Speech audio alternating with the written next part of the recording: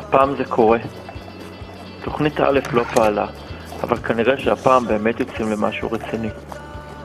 אף אחד לא יודע איך זה יסתיים או מה יקרה. אני פוחד, אבל גם נרגש שסוף סוף קורה הדבר האמיתי. האם כל מה שעברתי ולמדתי בחיים, ביחידה לקראת גיוס ובשירות הצבאי, יבואו לידי ביטוי ברגעי אמת אלו? אני חושב שהצוות ונועה היו מופתעים שאמרתי להם שאם יקרה משהו, אז שזה יקרה לי.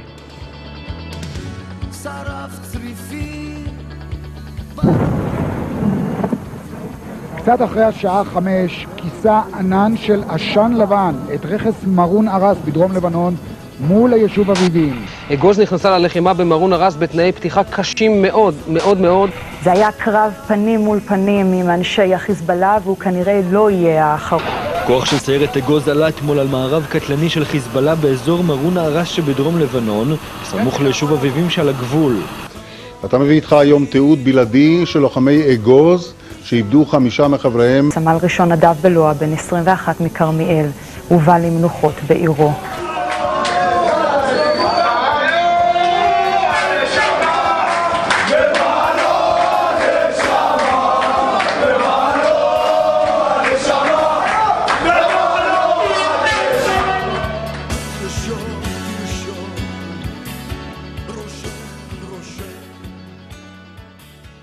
נדב היה ילד מאוד סקרן, הוא התעניין בהרבה דברים, הוא אהב שיקריאו לו סיפורים, הוא אהב לראות תוכניות טלוויזיה, ועצם היותו בן יחיד, אז הוא היה גם מאוד מפונק.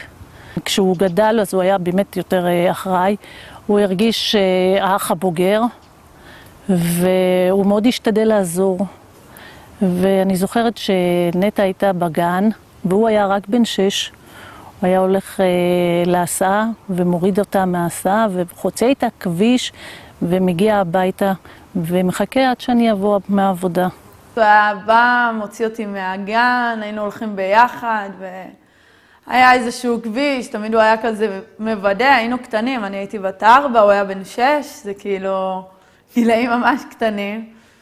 והיינו באים ביחד הביתה, והוא היה מחמם לי אוכל, ובאמת מאוד דואג לי. מבחינת אח גדול הוא באמת היה, אני לא אומרת את זה כאילו עכשיו בקטע של סרט, וכולם מעללים אותו, אבל באמת כאילו היה בינינו איזשהו חיבור כזה מאוד מיוחד.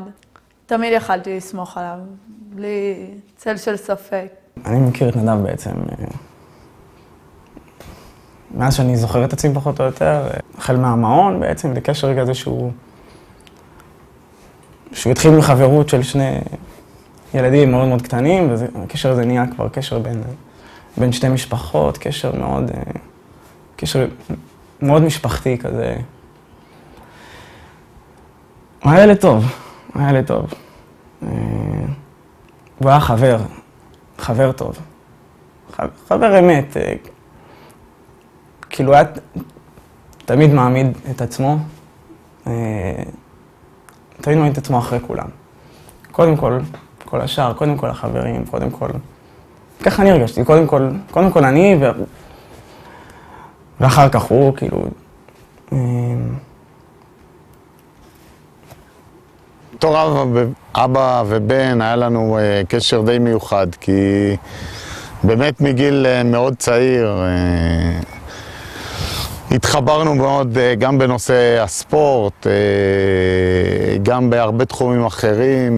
גם הייתה נטע, אז היינו יוצאים הרבה לטיולים, שהוא אהב את זה, הוא היה מתעניין, היה שואל גם ביום-יום כל מיני דברים, ובאמת השעות שלא היו רבות, כי כל אחד, אתה יודע, עובד וזה, ומגיע יותר מאוחר, אז באמת זה היה שעות מעטות, אבל מאוד איכותיות. שאחרי זה גם ההתחברות שלו לספורט וגם שלי, אז היינו הולכים גם למשחקי כדורגל ביחד, ואני בתור מישהו ששיחק כדורסל, אז הוא היה בא איתי למשחקים, מלווה אותי, נוסע איתי בנסיעות. אז השעות האלה היו שעות שאני קורא לזה שעות איכות. היה לנו קשר מעבר לאב ובן, היינו ממש חברים, כי אני אומר, במהלך בסך הכל, כשנדב נולד, אני הייתי לא מבוגר יחסית. אני חושב שגם בגישה, זה אף פעם לא היה כזה שצריך,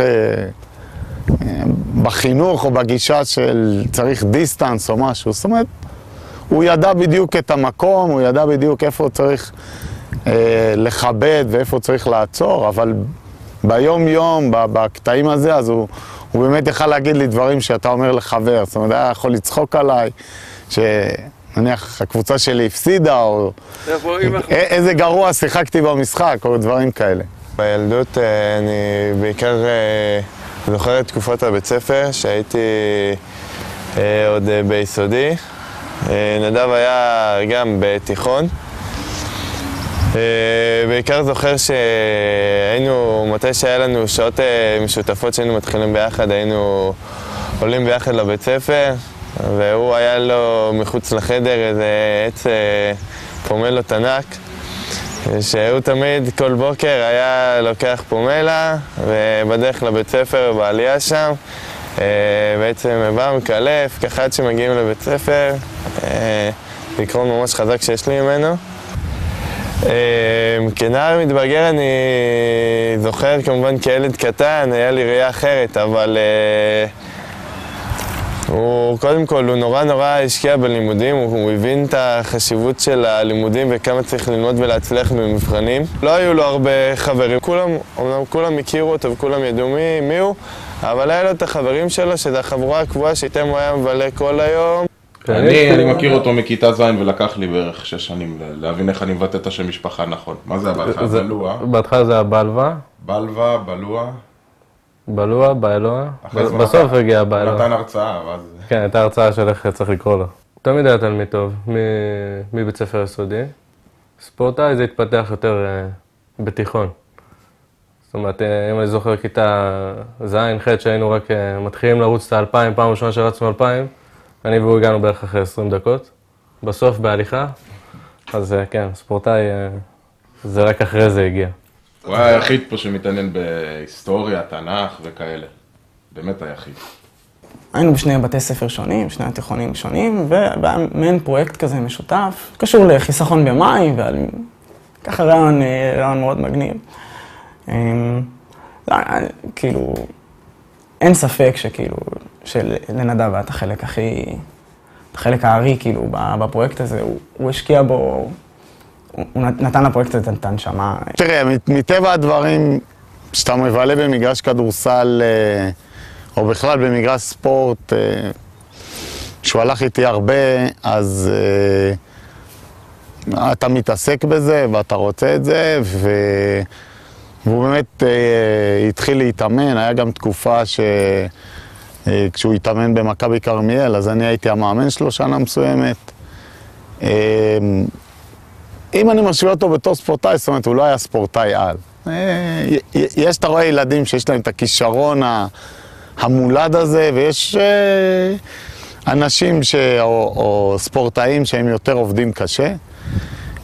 נדב היה יותר מהסוג הזה, אבל מה שהיה יותר מיוחד זה באמת גם ככה ראו אותו בבית ספר, זה שהוא היה את החסרונות הכישרוניים מבטא ביכולת שכלית. זאת אומרת, אם אתה לא הכי מהיר, אז תשתמש בשכל בשביל לראות נניח לאיפה הכדור הולך ודברים כאלה.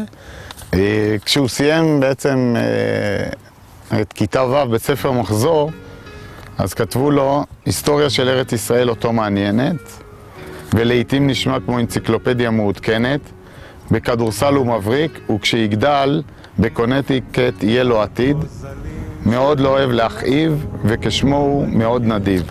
מבחינת אופי, זאת אומרת, היה לו אופי שהוא די, גם בספורט וגם בדברים אחרים, אני קורא לזה אופי די טוטלי. זאת אומרת, אתה הולך עם מה שאתה מאמין בו ומה שאתה רוצה בו עד הסוף, ועושה אותו הכי טוב שאתה יכול, גם אם אתה לא מצטיין. זאת אומרת, מצד אחד לא הייתה לו שאיפה אולי להיות המצטיין, הטוב ביותר, אבל מצד שני היה לו את הרצון לעשות את מה שהוא אוהב ומה שהוא רוצה לעשות בצורה הכי טובה שהוא יכול לעשות. לפני הצבא היינו פה המון. כן, כל ערב היינו פה. כשהיינו מגיעים לפה, בעיקר מה שהיינו עושים זה רעש ושטויות. בלכלוך, קרא לנו חבורת הזבל. היינו מלכלכים והולכים. באמצע השבוע היינו פשוט יושבים פה עד 2-3 לפנות בוקר והולכים הביתה. אתם שותים וכאלה שזה פחות... גם, אבל נראה לי בעיקר לפני יציאות, פחות ככה סתם באמצע השבוע. שתייה הייתה פעם את הדבר הזה. יש, זה עדיין בארון. אני בטוח שזה עוד בארון. תפתחי את הארון שנייה. זה הצד, חצי בצד הימני. אני לא חושב שזה פה. איך תדע? זה פה, אני בטוח. את זה? כן, אבל לא בצד ימין ללחוץ, כן. בצד ימין ללחוץ. חזק. זה לא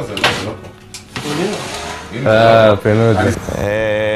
הם בהחלט היו עושים לנו רעש בלילה, שהיינו סובלים ממנו לא מעט. נטע בהספד לחודש, היא סיפרה שכמה היא הייתה סובלת מהרעש שהיה מהחדר בלילות, והיום כמה היא סובלת מזה, מהשקט. כן, היינו מדברים הרבה על הלימודים ועל הצבא, הרבה על הצבא.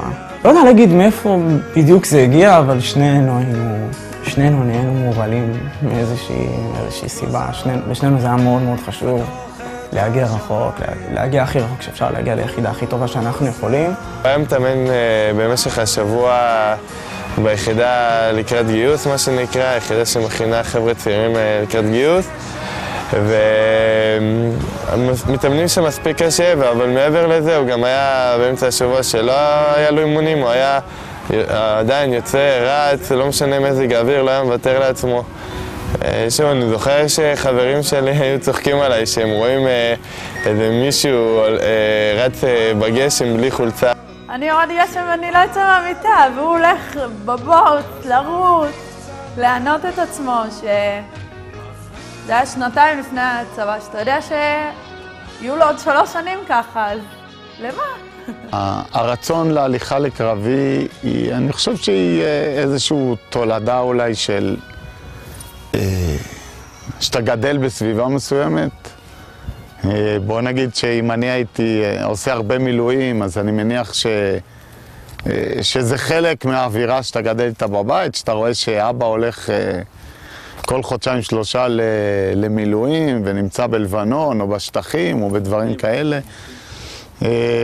זה גם בא מהבית, אבי היה איש צבא הרבה שנים וגם קיים מספר לו, הוא התחיל את הקריירה אומנם בגולני, אז גם הסיפורים, ואני מניח שזה הרצון. זה לא, גם החברים הקרובים מאוד כן רצו ללכת לקרבי.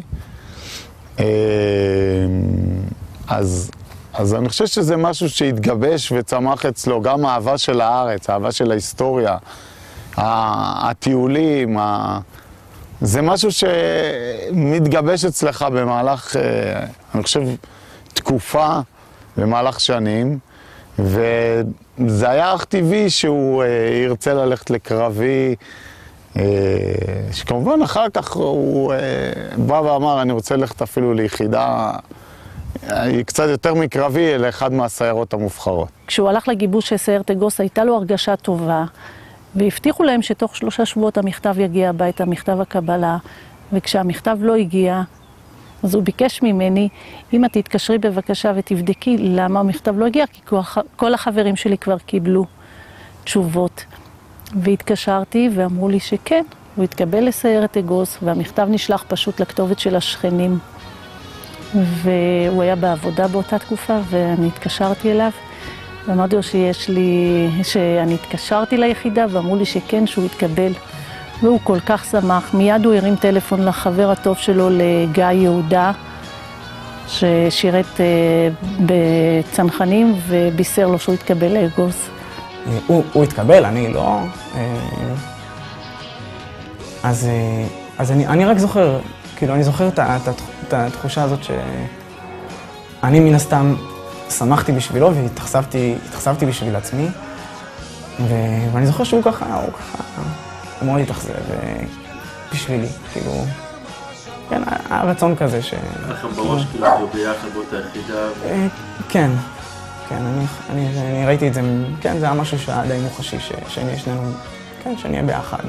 מבחינת גיוס, זה התחיל הרבה לפני יום הגיוס, אני חושבת. זה התחיל איזה שבועיים, 3 לפני, של הכנות וקניות ומסיבה למשפחה, בכל זאת נכד ראשון, כאילו גבר ראשון שמתגייס במשפחה ועוד קרבי, ומסיבה לחברים, והרבה שמחה הייתה בעצם כל הגיוס שלו. מאוד שמחנו, הוא גם התגייס למקום שהוא רצה. נסענו ללשכת גיוס בחיפה, כולנו, גם החברים שלו באו, כולם. והיה מאוד קשה להיפרד. יותר לאמא ואבא, אני די לקחתי את זה בקטע של צחוק, כזה, הוא מתגייס, עוד מעט הוא בבית וזה, ובאמת כאילו, הוא עלה לאוטובוס ונפרדנו, זה היה עצב מעול בשמחה כזה. אני מניח שאתה תמיד גאה בכל משהו שהילד שלך עושה בפעם הראשונה. אני הייתי שמח איתו שהוא באמת החליט והגיע לאן שהוא רוצה. אני הייתי די בטוח שהוא יסיים את המסלול הזה. פעם ראשונה שלמעשה ראיתי את נדב אישית, דווקא זה אני זוכר די טוב. עשינו שיחת צוות לכולם בהתחלה, להציג לקראת מה הם הולכים, ואני חושב שזה ביום הראשון או השני שהם הגיעו, עדיין בהלם. ולאחר מכן התחלנו שיחות אישיות, 1 על 1, גם המפקדים וגם אני בתור מפקד הצוות עם כל לוחם ולוחם.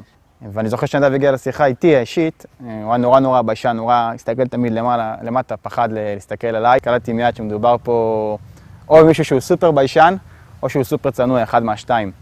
ועם הזמן גיליתי שהוא בעצם שניהם, גם ביישן וגם צנוע, שאני חושב שזה מה שבלט לי אצל נדב ביותר בכל שלב המסלול. הצוות של נדב כצוות היה צוות מאוד דומיננטי, יש שם אנשים שמאוד חזקים, מאוד בולטים. היה שם הרבה חבר'ה שיצאו לקורס קצינים, הרבה חבר'ה שיצאו לתפקידי פיקוד. זה היה צוות שנורא קשה להתבלט בו, כי כולם רצו להתבלט. אבל נדב היה לו איזשהו קסם אישי, הוא לא היה צריך לצעוק ולדבר ולהראות נוכחות כדי לדעת שהוא שם. היה לו מין איזה שקט פנימי, מין איזשהו פרסונה אישית כזאת שאין לה הרבה אנשים, במיוחד לא בצוות מהסוג הזה. שאני חושב שזה הבליט אותו על פני אחרים, אמנם בצורה אחרת, אבל זה משך את תשומת ליבנו של סגל הפיקוד. אם אני לא טועה, הכינוי שלו בצוות היה נדב לב זהב, או דה סול, שזה הנשמה, והוא לא סתם קיבל את הכינוי הזה.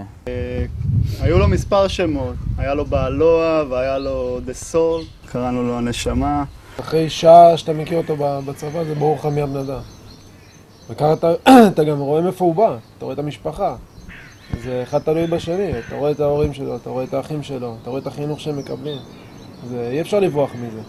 אני חושב שהוא לא היה אחד שבדברים באו לו ממש בקלות. כאילו הוא לא היה הכי מקצועי או רץ הכי טוב, אבל הוא היה הכי חזק בראש. היה הרבה נשמה, הרבה לעשות דברים שאנשים אחרים לא רוצים לעשות, לא מסוגלים לעשות, אין להם כוח לעשות דברים בשביל כולם. בעיקר לעשות בשביל האחרים, לדאוג שכולם יהיו מבסוטים. רובנו, הספקת לראות אותנו, קצת ציניים, כולנו פה כמעט. והוא היה יחיד, הוא לא היה ציני, הוא לא היה אצלו, הוא לא היה יורד עליך, אם היינו עוקצים אחד השני כל הזמן, הוא לא היה עוקץ, הוא תמיד כזה בלעזור, בלהיות נחמד. הרגשתי שהוא לא שייך הרבה פעמים בגלל הדברים שאמרנו, כולנו היינו מאוד ציניים וצוחקים אחד לשני ואגואיסטים הרבה פעמים. אני תמיד הרגשתי שהסתכלתי לו בעיניים, הרגשתי כמה אני אגואיסט, כי הוא היה, בעצם הוא היה אלטרואיסט, אבל הוא לקח את זה למקום הכי חזק של זה. אף פעם לא ראינו נקודה שהוא לא ויתר על עצמו, וזה בעצם היה, כאילו מאוד התחבר לסוף שלו, שגם בסוף שלו היה בעצם מעין אלטרואיזם טהור של ללכת ראשון ולתת מעצמך. נדב היה חייל שכל אחד היה רוצה תחתיו. חייל שאתה כמפקד מרגיש שיש לך מישהו שהוא שותף איתך בדברים שאתה עושה. הוא היה מבין את הדברים, מבין את המשימות, וגם אם לא, אז הוא היה מבצע את מה שצריך. הגישה אותי שראיתי שהיא כל כך טובה לדברים, איך זה מגיע לו בכזאת טבעיות. וככה לפני שעזבתי את הצוות, הכנתי את מתנת פרידה, הכנתי קולאז' כזה של תמונות של הצוות, ואמרתי חשבתי האם לכתוב איזושהי הקדשה ככה לצוות, או הקדשה אולי אפילו לכל חייל, והתעיד לי בראש המשפט הזה עבור נדב, העובדה שאנשים טובים בסוף מנצחים. ככה יצא שבעצם מה שנקרא מתנת סיום שלי, התחילה מהמחשבה הזאת על משהו שאני צריך להגיד בעצם לנדב. ברגע שהוא התגייס, ראיתי שהוא מאוד השתנה, הוא פתאום הפך להיות גבר. המדים מאוד החמיאו לו.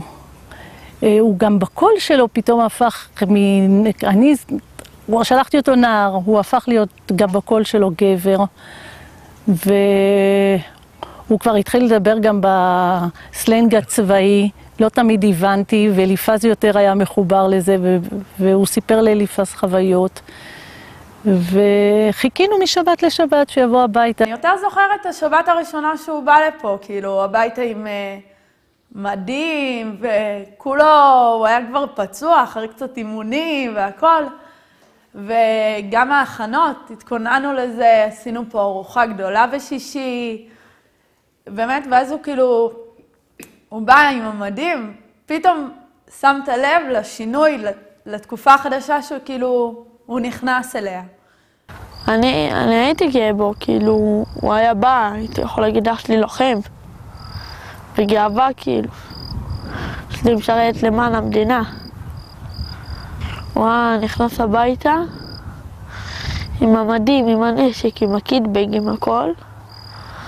חיבוקים וזה, ואז אחרי מורה ציון נכנס להתקלח. רק אז אפשר באמת לשבת לדבר איתו. כל מה שהייתי אומר לו היה מקשיב, לא משנה כמה אני חופר.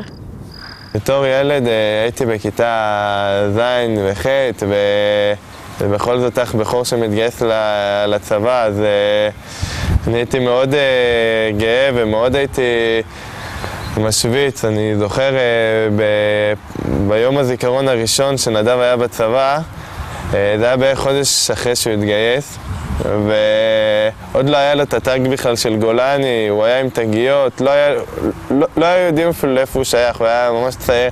ואני זוכר שהוא הגיע לבית ספר והוא קצת התבייש, ואני כאילו כולי עומד לידו והכי גאה בו בעולם, והוא כזה בכלל לא מבין מה יש לי להתגאות בו. בעלה נדב.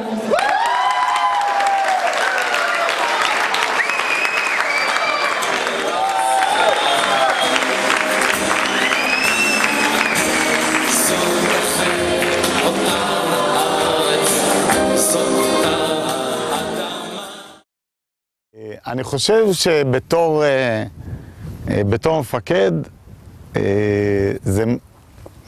אתה תמיד אומר, הלוואי ויהיו לי 3-4 חיילים כאלה. כאילו, חיילים שעושים הכל, שאתה יכול לתת להם כל משימה. הוא קיבל את זה כי זה דרך הצבא. ואני אומר עוד פעם, בתור מישהו שפיקד על אנשים, אתה תמיד אומר, הלוואי ויהיו לי כמה כאלה שימשכו את כולם הלאה. ועל פי הסיפורים זה באמת היה, כי היו לא מעט משברים בצוות. שנדב היה בין היתר אלה שמשך את הצוות שישאר ביחד. היה לו יכולת להשפיע על הצוות בצורה השקטה. זאת אומרת, אם נדב היה קם ואומר משהו, או שאם נדב היה מציע משהו, פתאום היה שורר שקט. כולם היו צועקים, מרימים, אני חושב שככה וככה. כשנדב היה אומר משהו, הוא היה אומר את זה בצורה שקטה, מדבר עם כולם בגובה העיניים.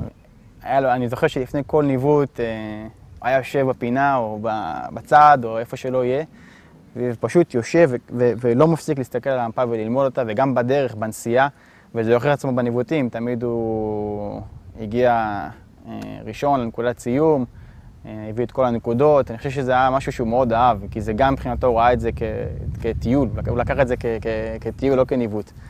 וזה יוכיח את עצמו, אני חושב שבניווטים הוא היה בין המובילים בצוות. איך לא ידענו שהוא מנווט כל כך טוב, איך לא ידענו שהוא כזה מקצוען, שנגמר מסכם, המשכנו להגיע גם ביום השני, ביום השלישי, ביום הרביעי ראשונים, אבל אף אחד לא היה ספק מי מנווט הכי טוב, ומי לאן ללכת הכי טוב, גם הוויכוחים הפסיקו. מה שלא הפסיק אבל זה שבעלו נשאר שקט וצנוע, לא צריך קרדיט, לא צריך הכרה טובה, וכבר כולם הבינו שבאמת מדובר במישהו שהוא מקצוען אמיתי, הוא מכיר את הכל פיקס, את ה-GPS פיקס, את הצירים פיקס, והכי חשוב זה שיש לו כבר ביטחון מוחלט, והוא גם משרת כבר ביטחון הזה על כל מי שמסביבו. אני זוכר את נדב בוכה פעם אחת שהיה איזה ריב בצוות על איזו יציאה של שבת או משהו כזה, והוא פשוט לקח את זה מאוד מאוד קשה. והפריע לו שהצוות רב בגלל דבר כזה, והוא פשוט בכה בגלל זה. היה לו ממש קשה. אני זוכר גם לא זוכר מתי זה היה שקיבלנו שבת, והוא בא לקחת אותי לארוחה אצלם בשבועות או משהו כזה. נורא היה חשוב לו קודם כל החברים, ואחר כך הוא עצמו. תמיד היה מוותר בשביל אחרים. הראשון להתנדב בהכל, אם זה להישאר שבת, אם זה להכין מפות, להישאר עד 1 בלילה במודיעין, למרות שהייתה לו גם סיבה מעבר לזה. לא ראית שקשה לו, ואנחנו מהצד שלנו לא ראינו שום נקודה שהוא מתפרק לנו מול העיניים וקשה לו וקידרו אותו לא מעט, אבל לא ראית את זה. ובערב קריוקי אנחנו הלכנו הצידה, אני והוא באיזשהו שלב, אחרי שכבר אכלנו וקצת שרנו וזה, הלכנו הצידה ופשוט התחלנו לדבר, כמעט לדעתי זה חצי שעה, ואני לא יודע אם הרבה יודעים את זה, אבל הוא גם בכה בשיחה הזאת. כלומר, הוא אמר לי, מה נעים, קח אותי מהתפקיד הזה, אני חייב, אפילו שבועיים, תן לי להירגע, שים אותי חפש בכיתת סמל, אני צריך איזה שבועיים להירגע, להתפרק, יש עליי הרבה עומס. להיות זה שעומד מול החברים שלך וכל הזמן גם לעשות בשבילהם ובמקומם לפעמים, וגם בעצם להיות זה שאומר את הדעה ההפוכה, זה קשה. אני לא נתתי לו את השבועיים חופש שהוא רצה. פה דווקא באמת ניסיתי לחזק אותו. כלומר, באיזשהו מקום אמרתי לו מה החשיבות שלו בעיניי בצוות. ובאיזשהו מקום שאני יודע כמה שקשה לו ומעריך את כל מה שהוא עושה. כלומר, גם ברמה האישית וגם באמת בתור מפקד שאני מרגיש שהוא עוזר לי להחזיק את הצוות באיזשהו מקום.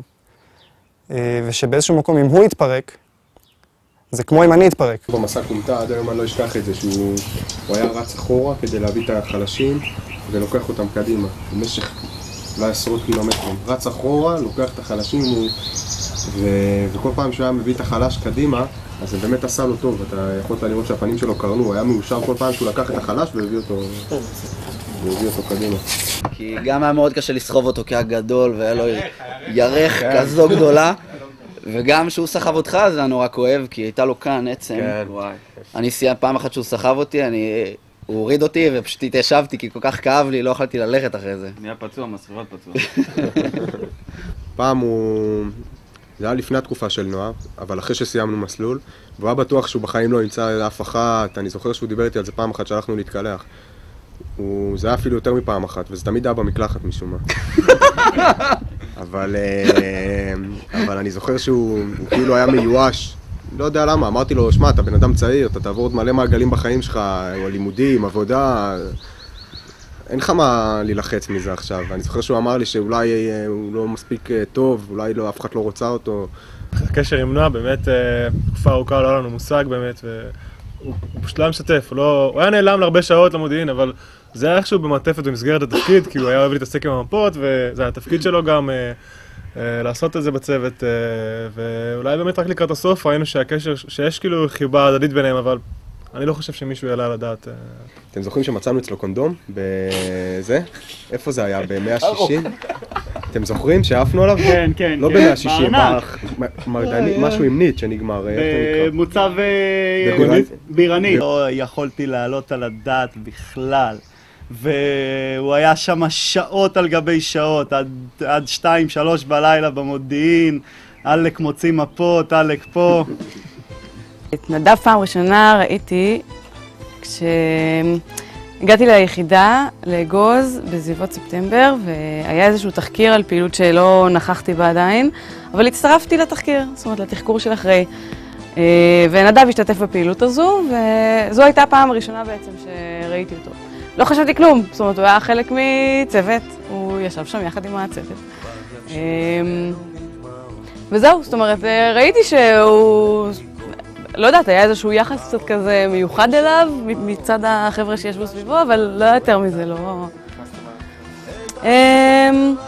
כזה התייחסו אליו כזה כהגאון של הצוות, הידען של הצוות. הייתי קצינת מודיעין של יחידת אגוז, למשך כמעט שנה. נדב היה קלע חוד, זהו, חלק מצוות של לוחמים. זה התחיל כקשר מקצועי מאוד מפותח וגלש לקשר יותר חברי. נדב תמיד קצת רצה יותר, זה בדיעבד רק גיליתי. אבל הוא לא העז ולא שום דבר, כי הסיבות הברורות אני מניחה. ובאיזשהו שלב זה פשוט היה בלתי נמנע, אני חושבת. כבר אי אפשר היה... זה היה כזה מין כדור שלג שלא היה ניתן לעשות. בסביבות אפריל נסענו כל אחד מסיבותיו שלו לתל אביב, נפגשנו שם, ככה הסתובבנו קצת בטיילת של תל אביב, ואז הייתה הנשיקה הראשונה, כאילו. וזהו, ואז נראה לי לשקר לעצמי כבר היה מסובך באותו שלב, לא.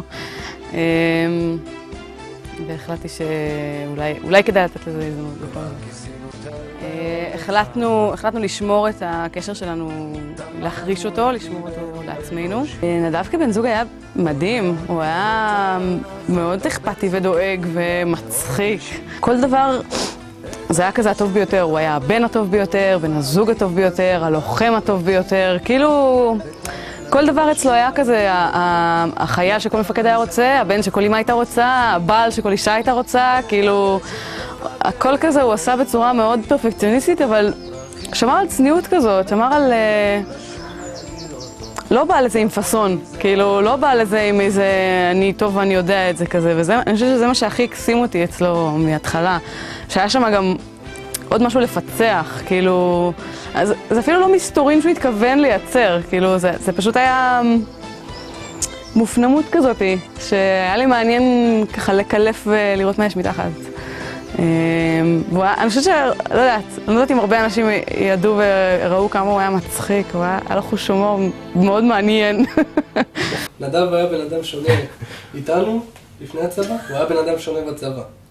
כן, הוא היה שונה. הצוות שלו, איך שהם דיברו עליו, הוא היה דמות נערצת שם, כאילו היה האליל שלו. כן, אצלנו היה שטוטניק. הוא היה שתי אנשים שונים, ככה אני רואה את זה. נכון. אני חושבת שכאילו פה הוא התאפיין בחוסר האחריות שלו, בזה שנדב, אי אפשר לסמוך עליו, הוא יאבד, הוא יהרוס, הוא ישבור, וכאילו נראה לי שבצבא זה בדיוק ההפך, שם אם צריך לסמוך על מישהו, אז זה על נדב. כן, היינו הרבה טיולים.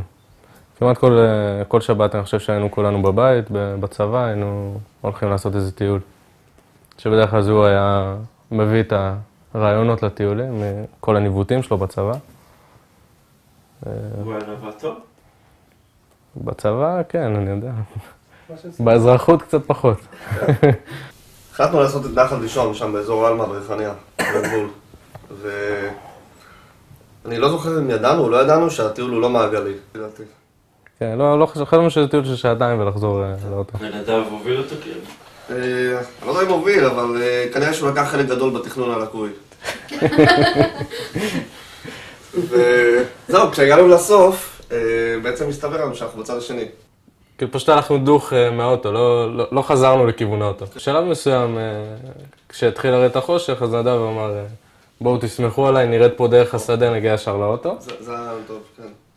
ואז התחלנו לרדת באמת בחושך, אני ובן אנחנו הערנו עם פלאפונים, הוא החליט שהוא לא מהיר עם פלאפון, הוא פשוט רץ קדימה. הוא צעק עלינו שזה לא מבצעי לפתוח טלפון בשטח. כן, משהו כזה. ואז דלק עלינו איזה זרקור כזה מאיזה כפר.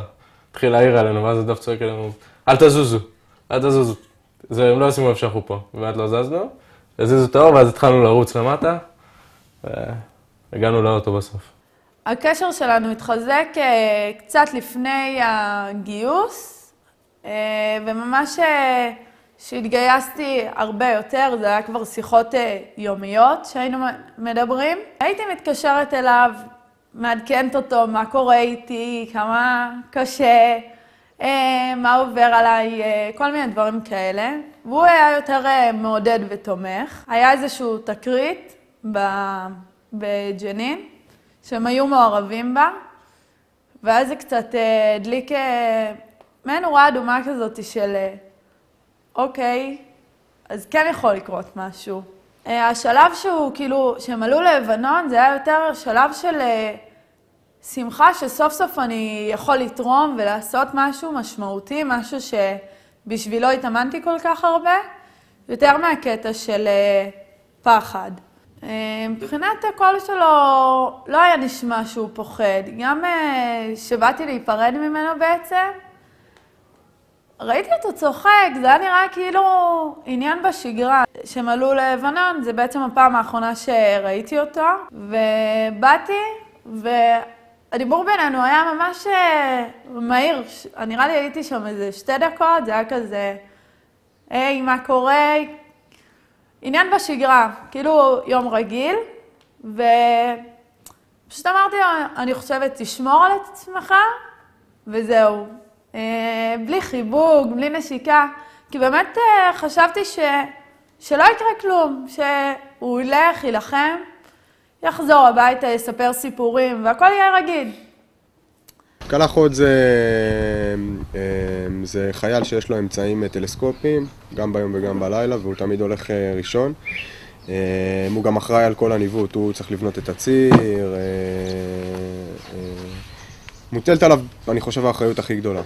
ידענו שהוא פשוט ידע באופן הכי טוב לקחת את כל הצוות, ואם זה היה עוד צוותים, ללכת מאחוריו ולדעת שהוא ייקח אותנו לנקודה שהיינו אמורים להגיע לה בציר הכי בטוח לצוות. וזה שהוא עמד בראש החוליה ובראש הצוות, התחושה שלפחות לי הוא נתן, ואני לא יכול להגיד לך שכל אחד אם היה עומד בראש הצוות היה נותן לי כזאת תחושה, הייתי יכול ללכת אחריו לכל מקום. לפחות ממה שאני דיברתי איתו, הגדולה שלו הייתה בזה שהוא פחד, כמו כולם, כי לא היה מישהו שלא פחד, אבל הוא הבין שמה שהוא עושה הוא יותר גדול מהפחד שלו. שיקרה לאחרים משהו, אף פעם לא פחד על עצמו. כשהתחילה המלחמה הוא נורא פחד על המשפחה שלו, כשהתחילו נפילות בכרמיאל. לפני העלייה ללבנון הוא פחד על אנשים אחרים. זאת אומרת, הוא גם אמר לי, לא רחוק מפה. זאת אומרת, הלכנו הצידה, הוא היה כזה קצת לא יציב. אז לקחתי אותו הצידה ודיברנו, והוא בדיוק ארגן את הציוד שלו, אז שלפתי אותו וכזה, הלכנו לפינה. הוא אמר לי, הייתי רוצה שאם משהו יקרה למישהו, שזה יהיה לי. ואני הסתכלתי עליו כזה מוזר, כי נדב היה כזה תמיד נורא לא אנוכי ונורא כזה, כולו בשביל אנשים אחרים. אמרתי לו, זה נורא לא מתאים לך להגיד כזה משפט, כי בדרך כלל אתה לא כזה אנוכי. אז הוא פתח עליי זוג עיניים, למה אנוכי? אז אמרתי לו, ככה, מה, המשפחה שלך יותר חסינה ממשפחות של אנשים אחרים? כן, הוא אמר לי גם משפט בדיוק באותה נסיבות. זאת אומרת, כשלקחתי אותו ככה הצידה ודיברנו, הוא אמר לי, את יודעת, נו, אני אף פעם לא חשבתי שאני אסיים את השירות הצבאי שלי. זאת אומרת, תמיד הייתה לי הרגשה שמשהו עשוי לקרות לי בדרך. ואז אמרתי לו, אל תדבר ככה. זה לא מחשבה שצריכה לחצות לך את הראש בכלל, ותבטיח לי שאתה חוזר. ואז הוא עשה לי כזה לא עם הראש, ואמרתי לו, תבטיח לי עכשיו, תגיד לי, נועה, אני מבטיח לך שאני חוזר. והוא אמר לי, נועה, אני מבטיח לך שאני חוזר. השיחות לא היה איזשהו פחד מהפעילות או משהו. אני מניח, אני לא מניח, אני יודע, כי אין בן אדם עם הביטחון עצמי הכי גבוה שאתה יוצא לפעילות. אני חושב שדווקא הפחד הוא זה שגורם לך להיות הערני. כשאתה מפחד, אז אתה הרבה יותר ערני, הרבה יותר דרוך לקראת מה שבא, מאשר אתה הולך עם ביטחון עצמי שזה. ואני מניח שלכל אחד יש רמה מסוימת של פחד.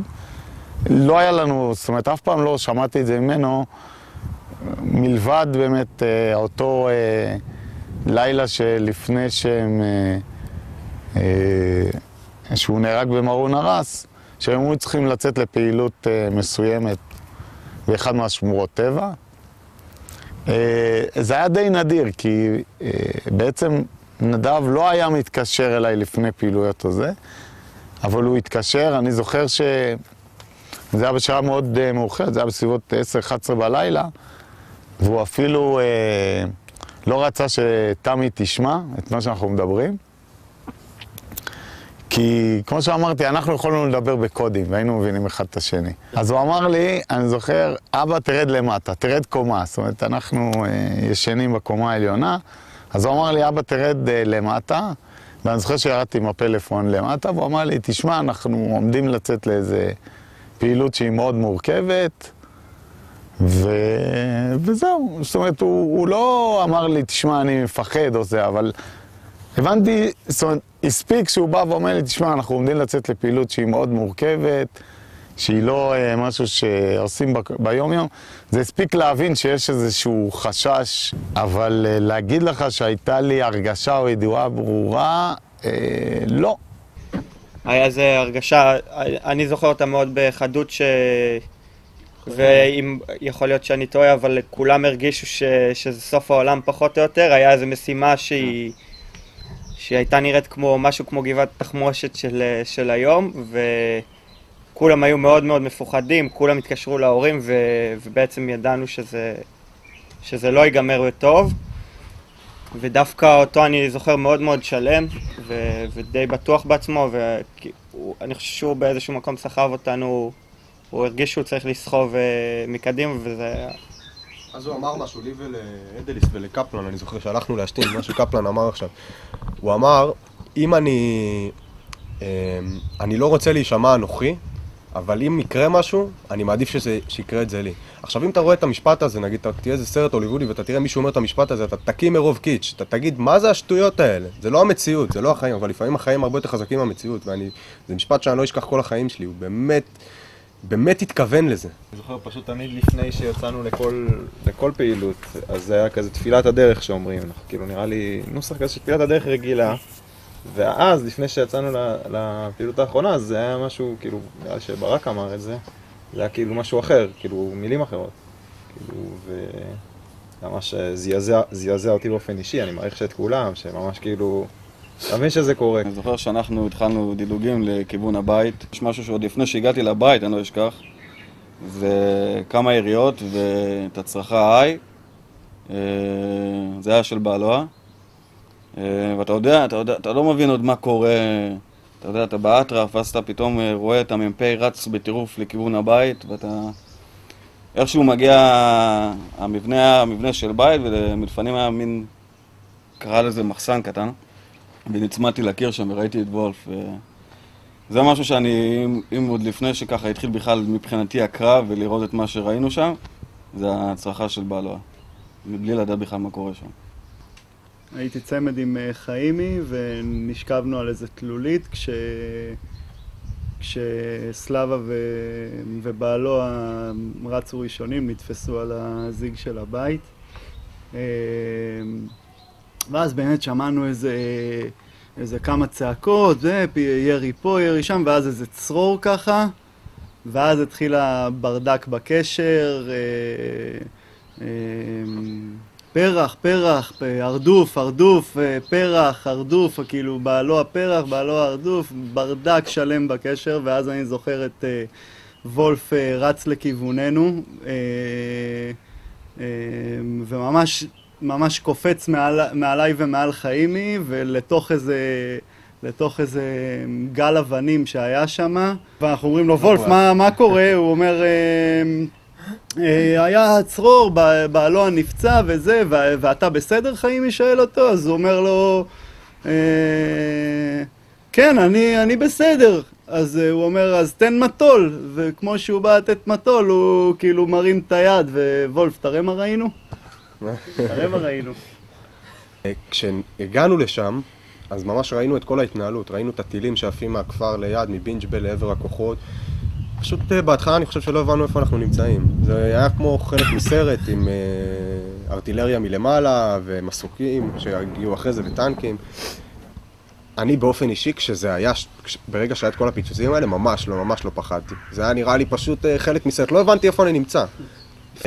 בעלו הרץ ראשון, ואני זוכר את הריצה שלו ואת ההתפסות שלו ממש על פתח הבית, זה מתחבר למה שאמרתי מקודם. הוא עשה את זה ממש בלב שלם, אני זוכר את הריצה. כמובן שהוא רצה לרוץ מהר כי גם הוא היה בסכנה, כי הוא לא ידע אם יראו מהבית או לא. אבל ברגע שהוא נתפס, זה היה כאילו הדבר הכי נכון שהוא עשה בחיים שלו. זה נשמע גדול, זה נשמע בומבסטי, אבל אני זוכר את הפנים שלו. וברגע שנשמע הצרור והוא נפל, אני גם זוכר את הצעקה הזאת שהוא צעק איי. ומה שעשינו, כל אחד רץ לתוך הבית, וזה שמאחוריו קרה בערך מול החלון, שאני חושב שירו משם על וולף. וחיפה. וברגע שנכנסתי לבית, אני רואה את בעלו השרו על הרצפה בכניסה של הבית, בלי הקרמי, אנחנו נכנסנו רק עם החלק הקדמי של הקרמי.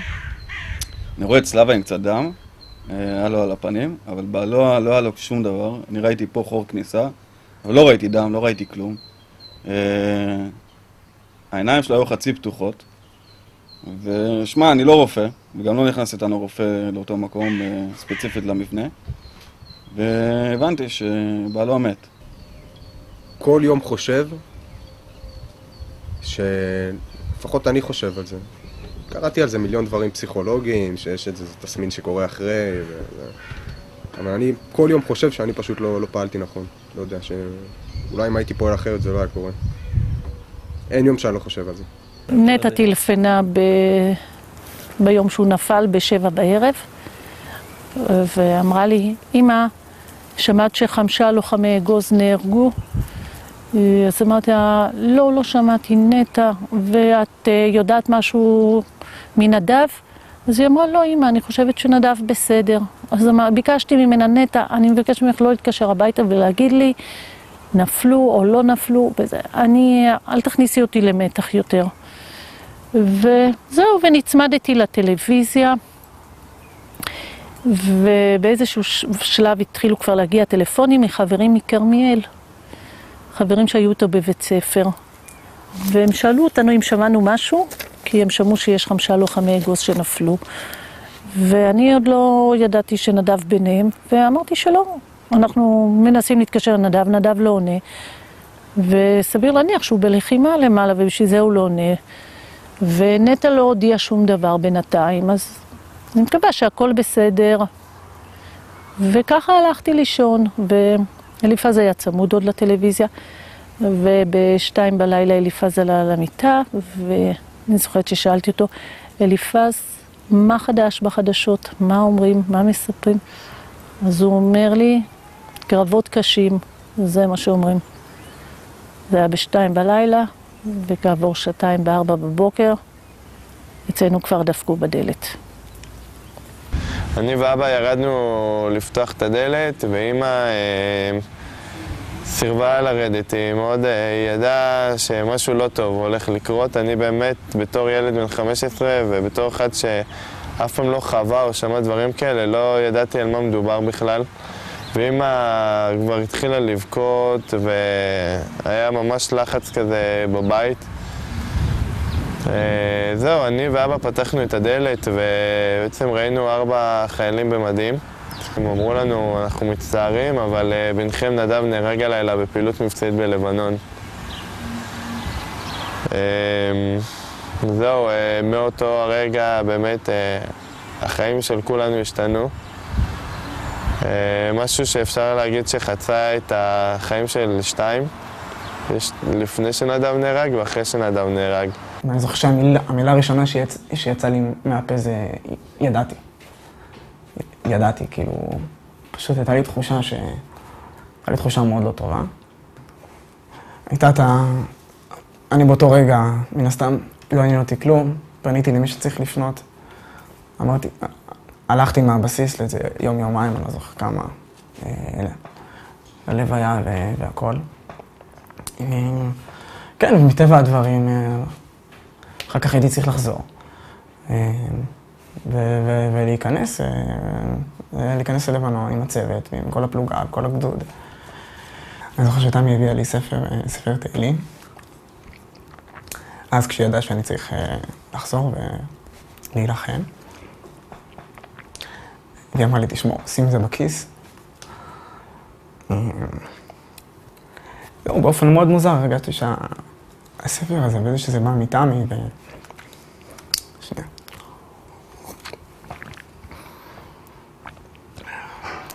הרגשתי שנדב למעלה. עכשיו שומר עליי. והיום מספר קטעים, מקרים ספציפיים, אני לא אכנס למקרים עצמם, אבל שהמוות מבחינתי היה משהו מאוד מאוד קרוב ומוחשי. והרגשתי שהוא פשוט היה שם. שהוא היה שם.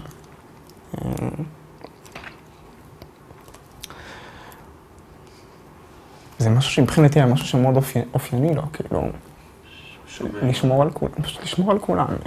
שוב, לשים את עצמו, באיזשהו מקום להקריב את עצמו, והעיקר שלכולם יהיה בסדר. לילה לפני, כאילו, חלמתי עליו בלילה. אני יוצאתי שבוע לפני שהוא נהרג רישיון, ומאוד חיכינו לשלב שאני יוציא רישיון. גם דיברנו על זה שניסע באוטו החדש, שנינו ביחד. וזה היה באמת כאילו משהו איזושהי חוויה משותפת שרצינו לעשות. ובלילה ממש כאילו, שהוא נהרג, חלמתי שאנחנו עושים באוטו ביחד. פשוט אני זוכרת את זה שהוא כאילו היה לבוש לבן, ממש שזה לא אופייני. כאילו כף רגל עד ראש, ואני עם גלים רגילים, ואנחנו לוקחים את האוטו של אבא ונוסעים. אני חושבת שזה היה איזשהו סגירת מעגל לחוויה שרצינו לעשות ולא הספקנו. אז ככה הוא סגר איתי איזשהו מעגל, להגיד, הנה, אני הבטחתי לך ואמרנו שנעשה, ולפני שאני כאילו נפרד ממך, אז שזה מה שתזכרי ממני.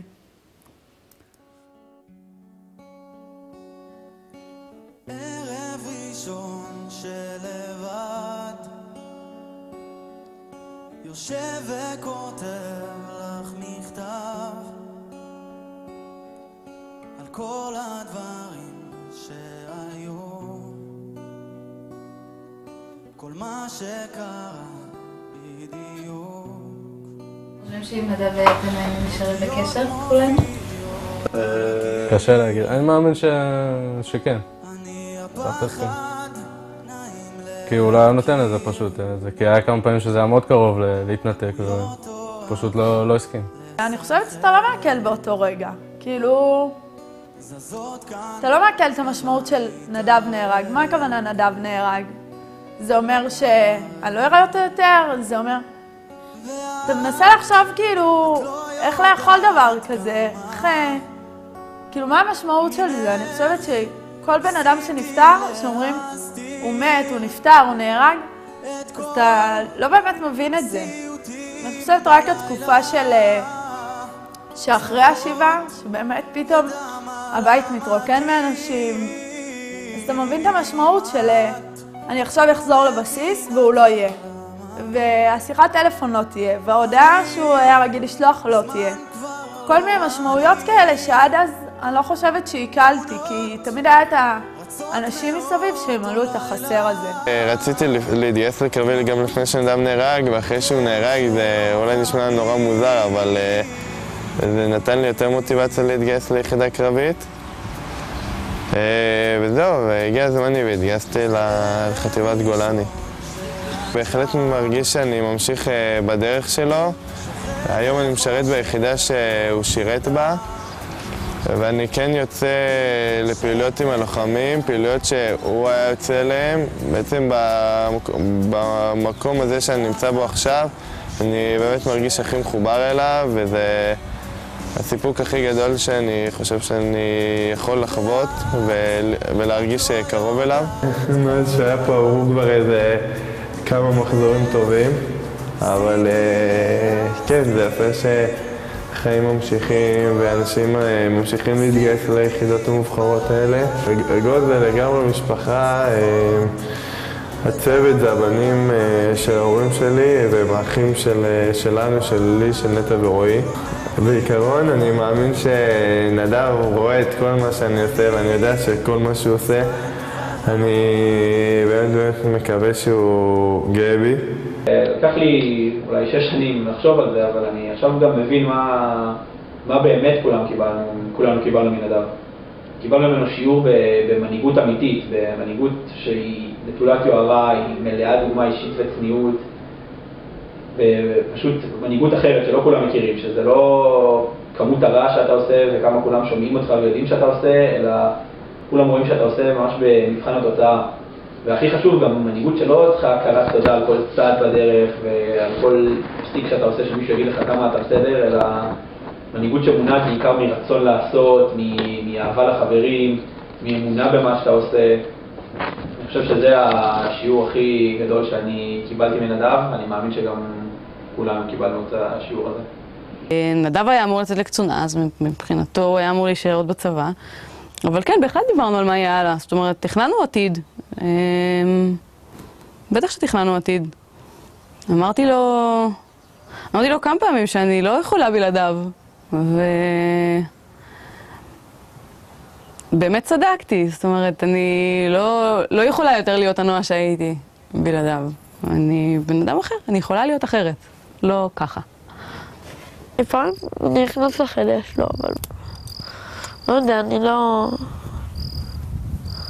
מתרשם כזה, שהכל שם סודר ולא נגענו בכלום, הכל סודר בדיוק כמו שהוא אהב. שאני אגרגע אליו, שהוא חסר. במזיכרון אני לא אוהב ללכת לבית עלמין. תמיד הולך לטקס בבית ספר, וקראתי קטע על נדב שהוא הלוחם, שהוא תרם לזה שישראל ניצחה במלחמת לבנון, עכשיו אנחנו חיים בשקט. אני מרגישה את נדב כל יום, כל שעה. אני פותחת את העיניים, אני נזכרת בנדב, אני עוצמת את העיניים, נדב איתי. אני לא יודעת, המקום הזה נראה לי קדוש כזה, אני לא יודעת, אני מגיעה לפה וזה עושה לי משהו. ובפרט שאני רואה גם את כל החברים שלו שנפלו איתו פה, ועצוב לי, תאונת רגשות, לא יודעת. תשמע, יש במקום הזה איזשהו ייחוד, שבמקום שאתה אומר בשביל נדב הוא היה אולי אני מניח שאחד הרגעים הכי מאושרים. כשהוא עשה את המסע הסיום והלכנו איתו. אני זוכר שהם עמדו פה עם האלונקות, ואני זוכר שעמדתי פה על הסלע וצילמתי אותו, אז אולי אז הבנתי באמת את המשמעות שהוא באמת הגיע מצד הפוטנציאל, הגיע למה שהוא רצה. זאת אומרת, גם לאורך זה שליווינו אותו פה, אז אני זוכר שכמעט פה לפני סוף העלייה, אז מה שהוא שאל אותי למועד כל הזה, סחבנו את האלונקה ביחד, אז הוא אמר לי, אמא הכינה פיצות לחבר'ה. אם אני רוצה לזכור תמונה, זה באמת תמונה שאני זוכר פה, כשהם סיימו והרימו ככה את האלונקה, לפני שהם הניחו אותה. אז זו תמונה שאני בהחלט חושב שהיא משקפת את מה שהוא היה. זאת אומרת, מטרה שהוא הציב לעצמו והגיע אליה. זה שיר על דרך ההתמודדות שלי, על התחושות שלי,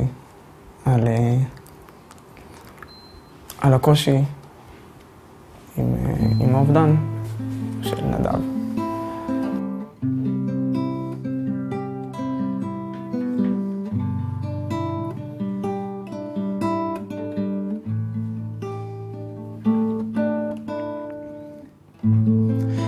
את היום שלא אשכח, עולמי נפל עליי, נראה ממשיך פורח, אבל משהו נעצר ודי.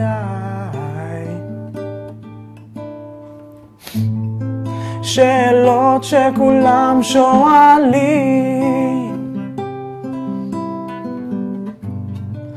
כן גם אני זועק,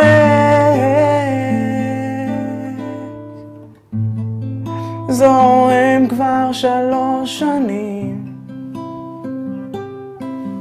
וכל יום מחדש מתפרק. וכשבחוץ השדות פורחים, אני נובל מבפנים, וכשהשמש מאירה פנים, אצלי מאירה דמעות על חיים אחרים, כאילו שממשיך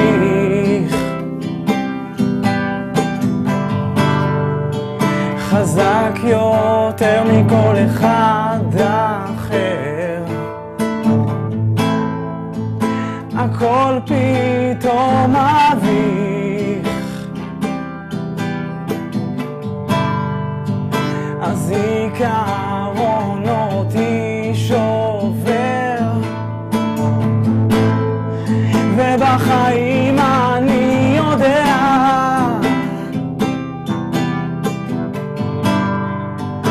אפול אם לא ארוץ, ואני רץ, או אני רץ, אתה שומע?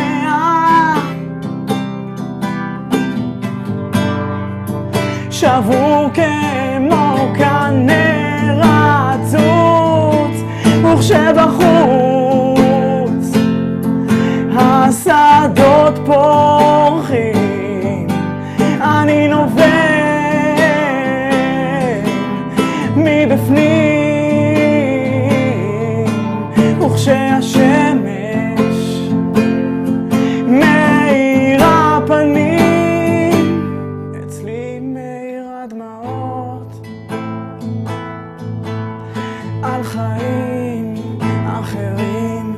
ולא אברח ולא אשכח, תמיד אשמור, תמיד אזכור,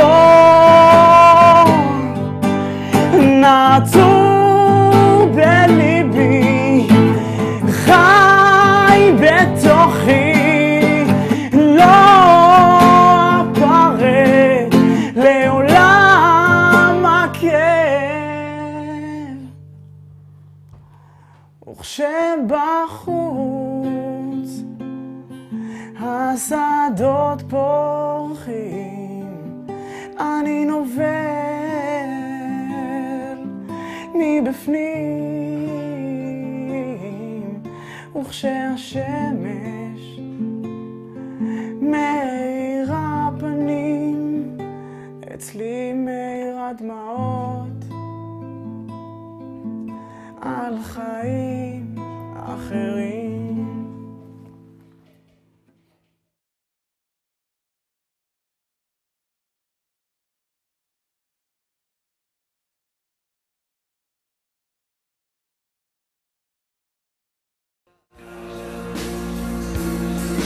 מלאכי